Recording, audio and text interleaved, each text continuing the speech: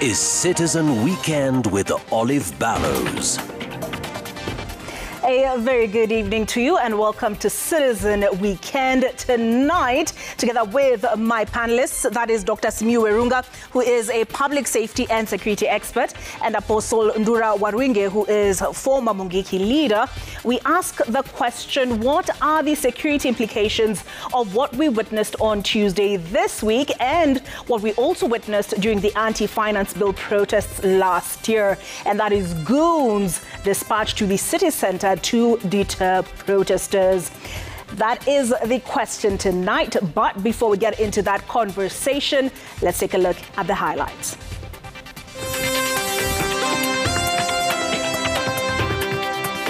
Mwenye alimuua tu ashikwe, alipie na alipie hiyo damu yenye alimuaga.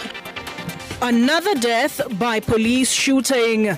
19-year-old Joshua Stephen dies during protests in Nairobi's Mwiki area. Nobody has reached out to the family. Nobody has called the family. On their own, family of Hoka Boniface Kariuki says it has been abandoned after the police shooting of their kin. And we are working on the way forward on how to manage it so that we can have a violent-free memorial service. Marching to remember youth killed in last year's anti-government protests. Police assure families of victims of security next Wednesday. Inside the art of politicians mobilizing goons to disrupt peaceful assemblies.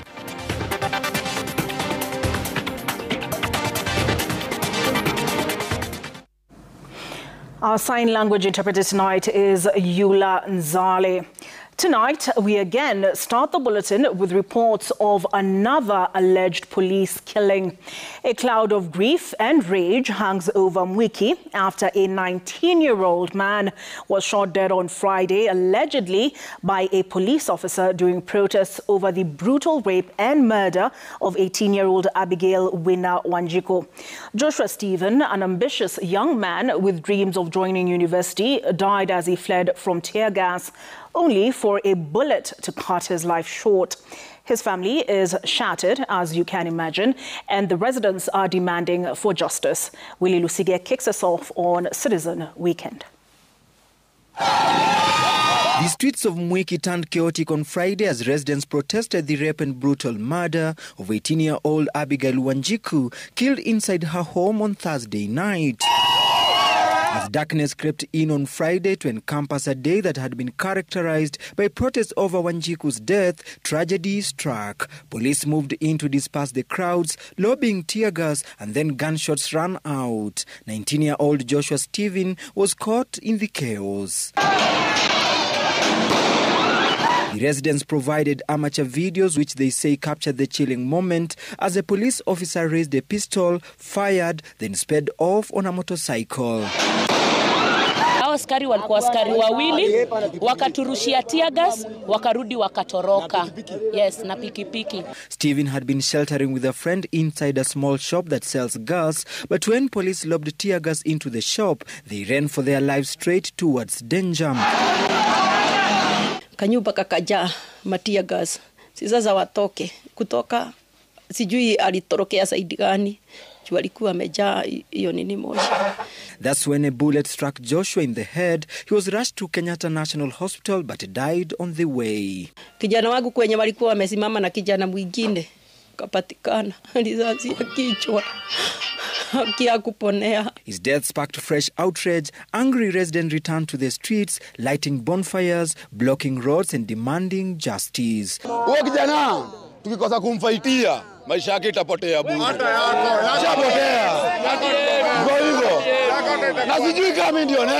At his family's home in Mwiki, grief and disbelief, their third-born son gone, a young life with big dreams silenced. Mwenye alimuua tu ashikwe. Alipie na alipia hiyo damu yenye alimwaga. Police are yet to issue an official statement. However, sources at Kasarani police station say investigations have narrowed down to one officer reportedly armed with a pistol, matching the one seen in the footage, and a similar police hut as the one captured shooting. Huyu askari mwenye alishuti kwa sababu anaonekana yaache kufichiriwa, wanamficha kwa nini? Tusiwekwe kwa giza kama familia.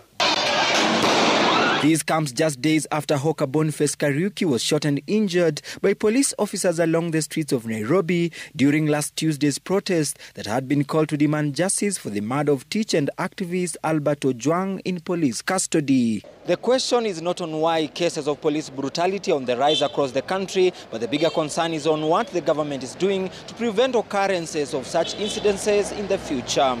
Willie Lusige, Citizen TV, Mwiki, Kasarani.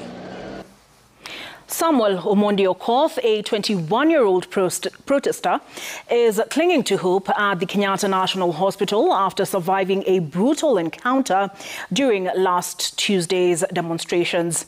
Omondi was shot 8 times in the back using rubber bullets. Only 7 have been removed.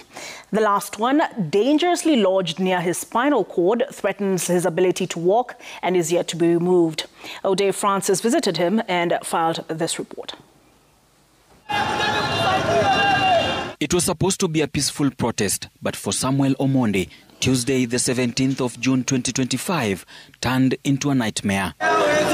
Witnesses say the protests were hijacked by unknown goons as security forces stood back watching. Within the madness, Samuel was struck down. 8 rubber bullets hit him, all aimed at his back and the same spot.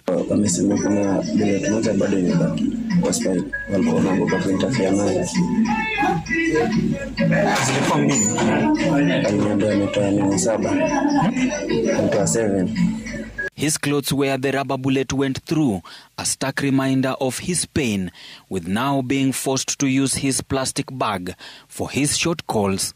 Samuel claims the same police officer who shot the masked hawker, Boniface Kariuki, is the same person who shot him after asking him why he shot Kariuki.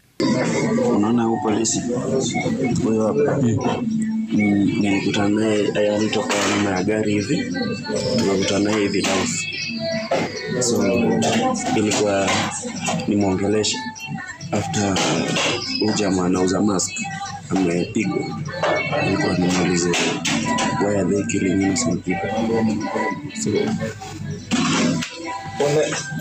Omondi says he was not the only one. Those who tried assisting him felt the wrath of the bullets. Wengine wawili wakati nyuma wakasema huyu jamaa ameshutiwa tumsaidie. So mwingine akanishika huko, mwingine akanishika huko. Mmoja mwenye alikuwa ameshikilia huko pia akashutiwa mguu. Akaniachilia. So sasa ambulance tulikuja naye pia. Doctors at Kenyatta Hospital say a spine specialist will attempt the delicate operation next week. If unsuccessful, Samuel could face permanent paralysis. His mother is pleading for financial assistance and justice. Mtoto ajiwezi, hawezi kaa, hawezi lala vizuri, hawezi kutembea, kukula naye sasa hana appetite. No, yeye mwenyewe ndio kifungua mimba kwangu. Sasa mimi nilijua huyo mtoto ndiye atanisaidia. Serikali naomba mnisaidie. Samuel can no longer sleep using his back due to the pain and unremoved bullet in his spine. At the far end of the orthopedic section lies Francis Oduor, another victim. He was heading home from work when a rubber bullet ruptured his leg during Thursday's unrest. Nilikuwa kwa line panda matatu nikienda home. So nikaona tu matatu ilikuja, ukimbia niende kwa matatu, wakatupatia gas karibu 4 safari moja. Dakika kidogo ndio nimesikia mama mwingine alikuwa mbele yangu kama pale akaanguka. Na mimi pia ndio hiyo kwenda kurescue nasikia pupa. Nasikia tu mjumbe kwa mzito hivi. Watu walikuja tu wakanibeba na mgogoteni wakanipeleka pale Blaze. Fanya dressing nimeso huko. Nilikuwa na bleed kabisa. Nilibleed karibu 1 hour nikiwa hapo chini. Both men, now patients, are collateral damage in a city grappling with growing unrest, rising force and fading lines of accountability. to our cries. Eliud Lagat is still free. He's still a free man. He has not been arrested. He has not been charged. And he is the complainant behind the death of Albert Ojwang. So, and he is still giving orders to the police who are now shooting people like Samuel Omondi. For Samuel and Francis, the recovery will take more than medicine. It demands answers and action from those entrusted with public safety. Ode Francis, Citizen TV, Nairobi. The family of mask vendor Boniface Kariuki, who was shot during Tuesday's protest, is now complaining of being abandoned by the government despite their kin being in critical condition at the Kenyatta National Hospital. 5 days after his admission to the intensive care unit, the family says investigative agencies are yet to reach out to them to record statements or check on the progress of the victim, despite his injuries being inflicted by a police officer. In an update at the hospital, the family says Kariuki is paralyzed on the left side, and that is after he was shot in the head at close range. Gatete Njoroge reports on the family's agony, which has been compounded reportedly by Kariuki's father being conned out of 200,000 shillings.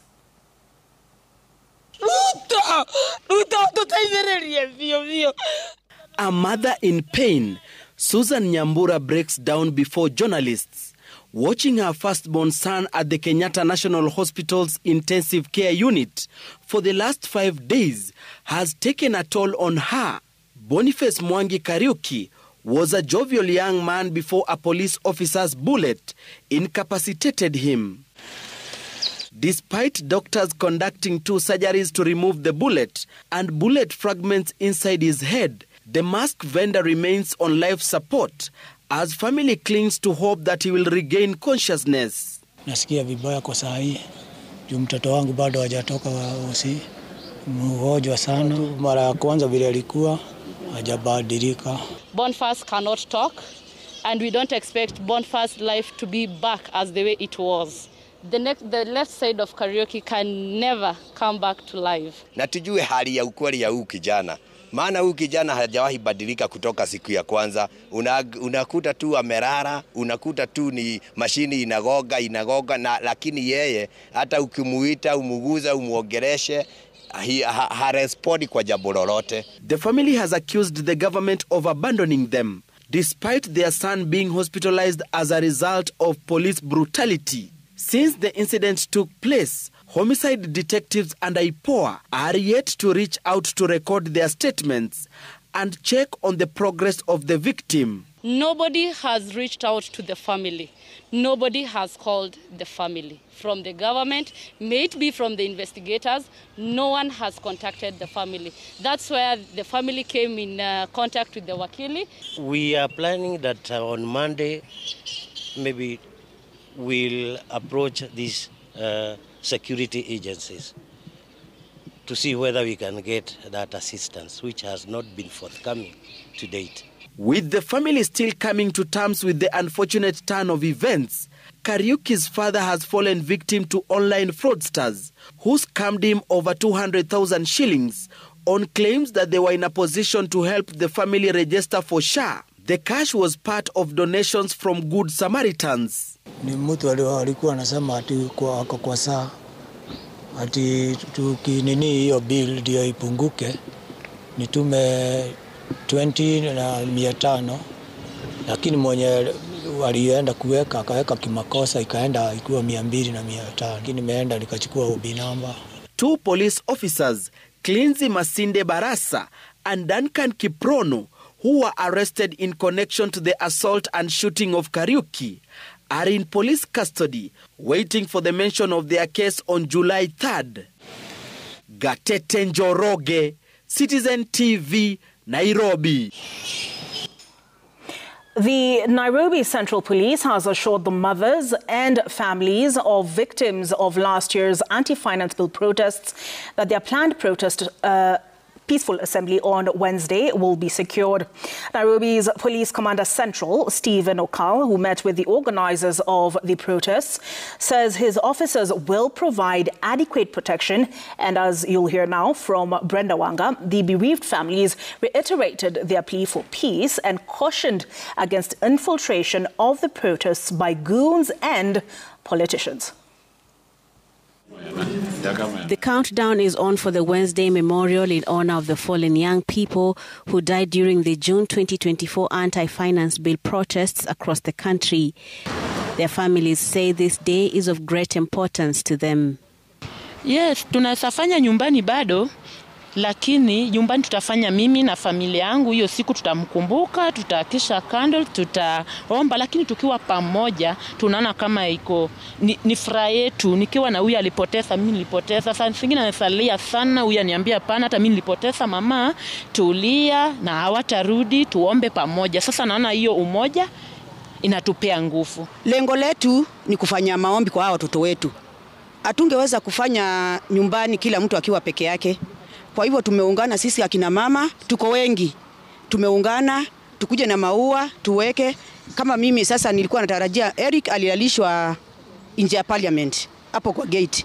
Kwa hivyo nilikuwa naomba hata nikiweka maua kidogo hapo, niwe namkumbuka. Hatutaki vurugu, nikukumbuka tu mandugu zetu. Sababu watu walienda, alienda haraka sana, so soon. Kenya sikuwa itarajia. Sasa tumekuja tu makumbusho kumkumbuka. Nataka tu amani, hataki vita. Maskari wetu wametuashua kutakuwa na tear gas. Mimi ndakuja na madhe.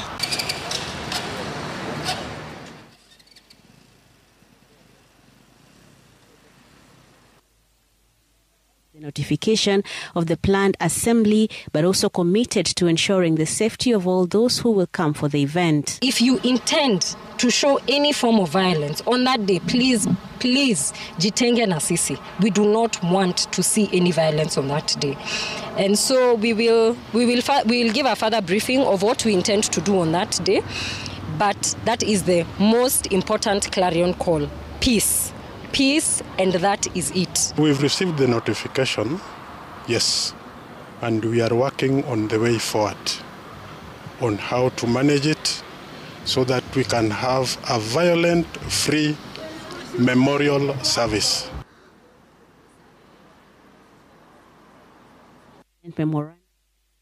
And to the office of the president, demanding justice for their loved ones, reforms within the police service, and an end to extrajudicial killings and abductions in the country. Kwa uso unaweza tukosa, lakini ndani tuko na uchungu. Kama mangu wako na uchungu, hata mimi ndugu yangu niko na uchungu sana.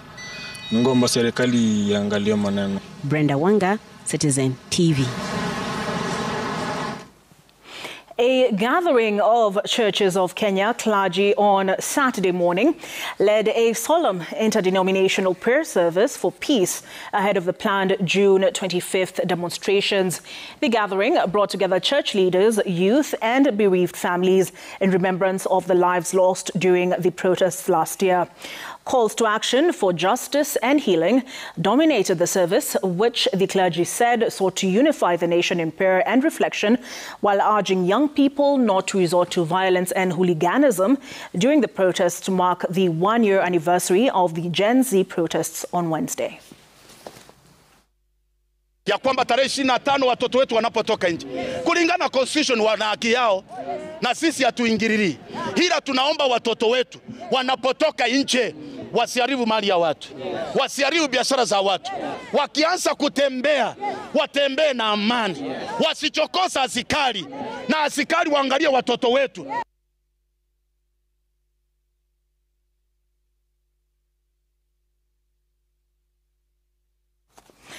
President William Ruto today dismissed criticism from the opposition, saying their attacks will not shake his resolve or derail his government. He declared that he will not be intimidated by those pushing for his early exit or one term, insisting he is firmly focused on serving Kenyans.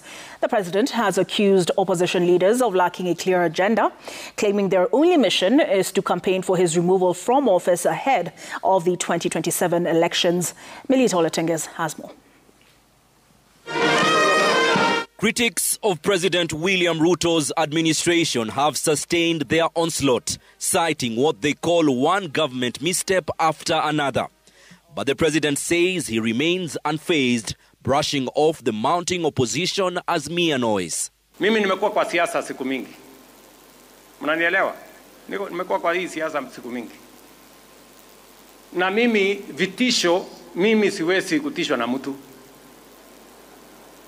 Ati kutishwa? Hapana, watafute mtu mwingine.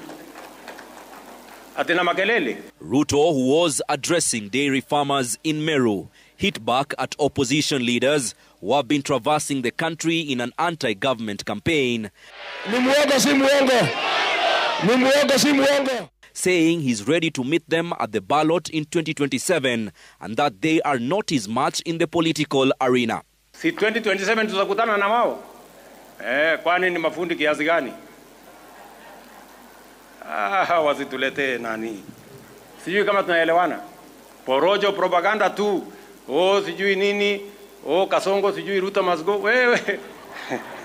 With some Kenyans and political voices calling for Ruto to step down after his first term, the president dismissed the movement as empty rhetoric. His health CS Aden Duale was in attendance at a social event in Nairobi, echoing the president's view. Dola imetulia. Inflation imeenda chini. Sasa wewe ukisema Ruto must go, hiyo si agenda, lete agenda ambayo si ya ukabila. The president heaped praises on his deputy Kithure Kindiki, who he said was far much better than his ousted former deputy turned fierce critic Rigathi Gachagua. At least for the first time niko na mtu ambaye anaelewa kazi inaendelea namna gani na anasaidia kusukuma hiyo kazi. Sio mtu panganga tu sijui nini. Hapana, hiyo hapana. In later addresses to the people of Meru at brief stopovers, the president criticized his former agriculture CS Mithika Linturi, saying he failed in the work he had been assigned. Si mnajua kuna watu wengine niliwapatia kazi wakashindwa. Wakaenda kuungana na makatel. Hawatujui, hawatuelewi, wanatupimba kidogo, wanaona kama sisi ni watu wadogo. My friend. President Ruto, his deputy Kithure Kindiki and top allies were in Meru for the 10th annual Dairy Farmers Field Day. Melita Oletenges, Citizen TV. A group of Muslims from across the country are crying foul after allegedly being defrauded by an imam identified as Ustad Omar Athman in a failed plan to facilitate their pilgrimage to Mecca for Hajj and Umrah. The victims from different parts of Kenya say they handed over hundreds of thousands of shillings to the Imam Omar, who then disappeared, they allege, days before their departure.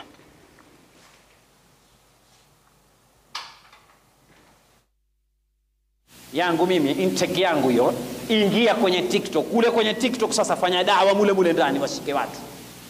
Dawa haitaki msikitini tena bwana. Nani anakuja msikitini? It was a promise of a lifetime, an opportunity to visit the holy cities of Makkah and Medina, when Imam Omar Athman allegedly called Mariam Juma with an offer too good to ignore: Umrah visas for just 200,000 shillings. An Umrah visa is a special permit that allows Muslims to make a pilgrimage. Tumekaa Ramadhani, tumefunga wiki ya pili, ndio tuingia wiki ya tatu. Sasa tunaondoka lini? Hatuna habari, hatujui tunatakiwa nini, mambo yamebadilika Maka, hatujui ni shindano gani zinatakiwa. Mbona hatujibu simu? Achukui simu, hachukui. Mariam Juma was not alone. Maria Mohamed Ahmed claimed she sent Imam Omar 360,000 Kenyan shillings. A friend Barke Otieno Abdallah, who introduced her to the Imam, also fell victim, sending him a total of 640,000 shillings via bank transfer through her daughter. Sasa fidia yake ni kulisha maskini. Determined, Mariam Juma tracked the Imam's sister to Malindi, where the Imam is known to preach at Il Hisan Mosque in town. Kaenda mpaka kwao nyumbani, nikamwambia mimi nimekuja na Amani. Sikumpata, alijificha. Dadake ndio nikampata. Ngambia mimi nimekuja na Amani. Jamani, nirudieni pesa zangu. Dadake akasema, kwani uliambiwa hutarudisha? Wewe mbona wazungumza mambo mengi sana hivi? Nikaambia mimi sijazungumza mambo mengi, nimekuja kwenu mimi, nataka pesa zangu, mimi niko hapa katikati ya nyumba yenu, mimi sitaki vita, niko peke yangu, sina chochote, nataka pesa zangu. Mariam Juma, alongside 7 other victims of the imam's fraud, have since recorded statements with the police at Langata police station and obtained an OB number. Hussein Hassan Ali Omar from Nakuru is another victim. He says Omar lured him into investing with him back in 2020 in facilitating an Umrah trip for Muslims. Hussein invested 300,000 shillings while his colleague invested 200,000. They've been struggling to save that money by sowing, by selling viazi. They've been saving, and after all of that hustle and bustle of saving, this gentleman, I won't call him gentleman, actually he's a con man. This con man, he takes the money, he promised them they'll be leaving on a certain day, but he never shows up. What triggered the victims even more was seeing a new Umrah trip ad on Omar's WhatsApp status, raising fears that more unsuspecting Kenyans may fall victim. For now, Omar's phone remains off, his victims left with mounting financial losses and doubts about a man who ideally would have been beyond question in their eyes. They want swift action against him and towards the return of their monies. Willie Lusige, Citizen TV, Nairobi. We take a break on Citizen Weekend. Thank you for staying with us on Citizen Weekend. Before we get into that conversation on quote-unquote the art of goons, Tiati Member of Parliament Kamket is warning protesters against planned protests on the 25th on Wednesday next week. Speaking in Sigor, West Pokot County on Friday during a Kenya Kwanza Empowerment Harambee where he was accompanied by fellow Kenya Kwanza leaders, the Member of Parliament mocked members of the public who protested over last week's violence perpetrated by pro-government youth, saying it was nothing compared to what awaits them on Wednesday. Juzi wamelia ati sijui Sakaja ameleta vijana wachache na rungu hapo na nini ati hapo Nairobi kuwafukuza. Wacha niwaambie kutoka hapa Sigoro, kama mnafikiri hao vijana wachache wamekuja Nairobi na rungu ndio wameletea shida, mkuje wiki ijayo ndio mjue vijana hapo hapo. Vijana mko tayari kulifanya? Coffee farmers from Kirinyaga County have opposed the directive by the Ministry of Cooperatives implementing the direct settlement system. The farmers said that the move, which will see each farmer get direct payment from the Nairobi Coffee Exchange, will not only kill cooperative societies, but also disadvantage smallholder farmers. Laura Otieno now reports on the cry of farmers who accuse government of high-handedness. As the berries ripen ahead of the expected harvest season later in the year, farmers are angry with the government, which they accuse of overlooking their concerns. The annual general meeting for Mwerwa Cooperative Society was almost aborted on Saturday as coffee farmers sharply opposed the rollout of the direct settlement system. Under the new system, each farmer is directly paid for the weight of coffee delivered, a move strongly opposed by farmers. Yule mwingine anauza kilo moja hadi kilo 8, kilo 28. Yule mwingine anauza kilo moja hadi 30,000. Na hizo kilo zake zote akiuza, zote zinawekwa pamoja, tunapewa reti moja. Hatutaki hadi tukiuza kilo 10 unatumiwa pesa. Hatutaki hiyo. Kwa sababu hiyo ni kutumaliza. Sisi hatukuwa na malalamiko ya kulipwa. Payment, upande wa payment hatukuwa na sinda nayo.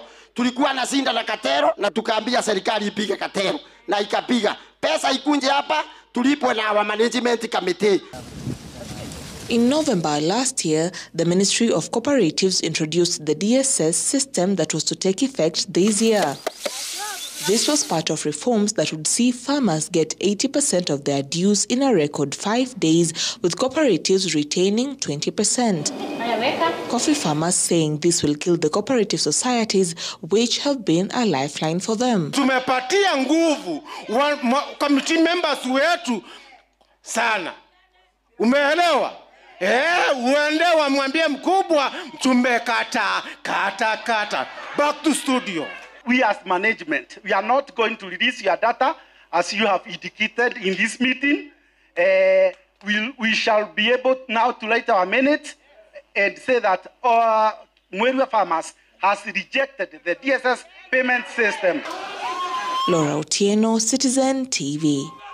All right, allies of President William Ruto have accused former Deputy President Rigathi Gachagua of being behind planned demonstrations aimed at causing chaos in Nairobi on Wednesday next week to commemorate the events of June the 25th last year.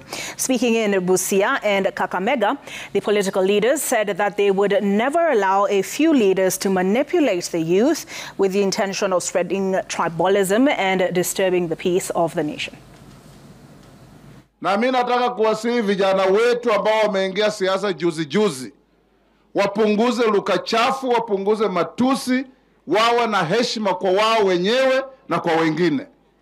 Hatutaki mambo ya kutukanana. Ndio mimi nakemea kabisa wale vijana wanaleta siasa ya ukabila. Huyo kijana alikuwa deputy president, akasimama akasema, wewe weta, yale mlipata imetosha, shares zenu hata sitoshani na yale mmepata. Nikasema huyu kijana ameharibika kichwa au nini? Tunajua wako na njama ya kuendesha hiyo fujo.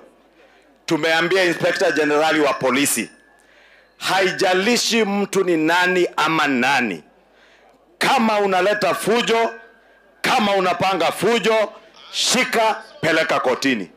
Wale tuambie wale wapinzani ambaye wanapinga kina Wangwe ati Kenya isiungane. Nyinyi mnataka Kenya iungane ama itengane? Wale wapinzani ambaye wanataka fujo Kenya, tuambie shetani afanye nini? Watu na Bagolo ni watu ya amani, tunataka amani, tujenge pamoja. Hii empowerment inasaidia wakina mama. Opposition outfit Democracy for the Citizens party leaders are asking young people to shine being used for political expediency. The party leader, Rigathi Gachagua, who led his colleagues for the second day in a tour of Meru County, warned politicians against engaging the youth in acts of violence aimed at silencing and intimidating their political opponents. He was touring the region on the same day the president and his former boss was also in the region. Na maana ya vita, sisi watu wa chama cha DCP ni wapenda amani. Ni wapenda nini? Ni wapenda nini? Ende tusivurugwe, wacha mtu auche sera zake. Lakini sababu wengine hawana sera, ndio sababu wanaleta vita, sio? Mimi ningependa kuomba wa Kenya, tarehe 25 ni siku ya ukombozi. Kila mtu ajitokeze. Wangapi wanasema watajitokeza? Watoto wetu, mimi nataka kuomba nyinyi. Mimi najua hamuna kazi. Hata mkipatiwa pesa, usipige ndugu yako, usipige mamako. Wewe kula hiyo pesa na usime simu, si ndio? Vijana mpo? Vijana mpo? Watoto wangu, vijana wangu, utakubali namna gani kuumiza mtu ambaye ni jirani, ambaye mnakaanga naye? Hii siasa itaisha, tutafukuza Ruto, ataenda Sugoi. Wewe utabaki hapa na ndugu yako, utabaki na mama yako. Unauliza nini ndugu yako kwa sababu ya shilingi 500? Ni aibu, si aibu?